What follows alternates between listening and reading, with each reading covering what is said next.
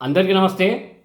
జగ్గారెడ్డి నిన్న ఒక press meet పెట్టడం జరిగింది. ఆ ప్రెస్ మీట్‌లో మళ్ళీ రేవంత్ రెడ్డి మీద ఒక విచిత్రమైన కాంట్రవర్సీ తీసుకొని వచ్చిండు. ఇది హైడ్రా అనేది రేవంత్ రెడ్డి కనుసన్నల్లో లేదంట. దాని వెనుక ఉన్నది మొత్తం పేదల ఇల్లు మొత్తం కూలుస్తున్నది కేసీఆర్ అంట. నిజానికి జగ్గారెడ్డికి ఇంత సోయిందో లేదో కూడా అర్థమైతలేదు. ఇప్పుడు ప్రస్తుతం ప్రభుత్వం ఎవరున్నారు? కాంగ్రెస్ ప్రభుత్వము. రేవంత్ రెడ్డి అధికారంలోకి వచ్చిన తర్వాతనే కదా మూసీ నది ప్రక్షాళన గురించి హైడ్రాని తీసుకుని వచ్చిన, అదేవిధంగా చెరువులను మొత్తం బాగు చేయడానికని ఆ మాట అన్నాడు. అదేవిధంగా దానికి ఒక అధ్యక్షునిలాగా కూడా రంగనాథన్ నియమించడం జరిగింది. కేవలం పేరుకు మాత్రమే ఎన్ కన్వెక్షన్ని కూల్చేసిండ్రు స్టార్టింగ్. ఆ ఎన్ కన్వెక్షన్ కూడా అదేంటి పెద్ద కోట కాదు, అది మొత్తం రేకుల షెడ్, అది మొత్తం ఎన్ కన్వెక్షన్. ఆ రేకుల షెడ్ని మళ్ళీ ఇక్కడి నుంచి తీసుకుపోయి వేరే దగ్గరికి పోయి ఫిట్ చేసుకోవచ్చు. అసలు ఒక డమ్మి దాన్ని కూల్చేసి తర్వాత అందరి పేదలు మొత్తం కూల్చేసిండు. అవి మొత్తం ప్రతి ఒక్కరికి తెలుసు. అసలు మూసీ నది పక్కన ఉన్న బిల్డర్ల పెద్ద పెద్ద బిల్డింగ్లు ఎక్కడ కూల్చలేదు. మనము షేక్పేట పోతుంటే చూడొచ్చు, ఒక మూసీ నదికి అది మూసీ నదులనే ఉన్నట్లు ఉంటుంది, పెద్ద బిల్డర్ది అది. దాన్ని ఎక్కడ కూడా కూల్చలేదు. అసలు కొన్ని వందలు కూడా కూల్చలేదు. చెరువులలో కట్టినవి కూల్చలేదు, చాలా కూల్చలేదు. ఇది మొత్తం ఏంది, పేదల ఇళ్ళు కూలుస్తున్నాము ఈ విధంగా ఏంది హైడ్రా పేరుతో. మీరు కనుక కమిషన్ లేకుంటే మీ బిల్డింగ్లు కూడా కట్టినే కూల్ చేస్తామని ఒక భయపెట్టి వాళ్ళతో 1000 కోట్లు తీసుకున్నారు. అది మొత్తం అందరికీ తెలుసు. హైడ్రా కొనసాగిస్తున్నది కూడా దాని గురించి.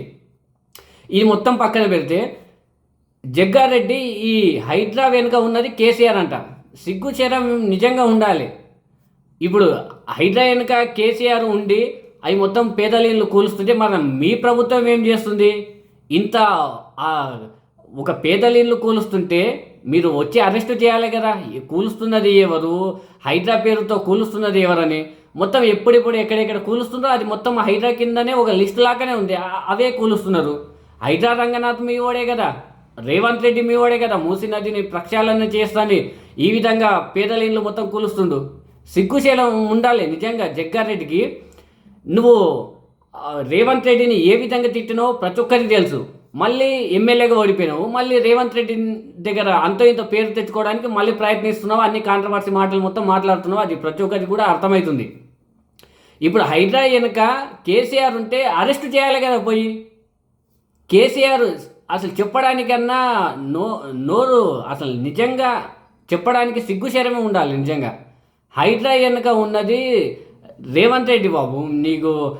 నీకు సోయి లేనట్లుంది మనిషివి. హైడ్రా వెనుక ఉన్నది రేవంత్ రెడ్డి. అది మొత్తము హైడ్రా రంగనాథ్ అధ్యక్షునిలో మొత్తం ఎక్కడెక్కడ ఏమేమి కూల్చాలో ఒక లిస్ట్ ఇస్తారో అవి మొత్తం కూలుస్తూ ఉన్నారు. మీరు పేదల నుంచి వ్యతిరేకత వస్తుంది, జూబ్లీహిల్స్లో కాంగ్రెస్కు డిపాజిట్లు కూడా రావు అనే విధంగా ఉంది కాబట్టి పరిస్థితి. ఇప్పుడు అది కూడా కేసీఆర్ మీద వదిలేస్తున్నారు. కొన్ని రోజులు అయితే అసలు ఇవి మొత్తం జరుగుతున్న కారణాలకు మొత్తం తెలంగాణలో పథకాలు గీతంగా రాకపోవడానికి మొత్తం కారణం కూడా కేసీఆర్ అనేటట్లున్నారు.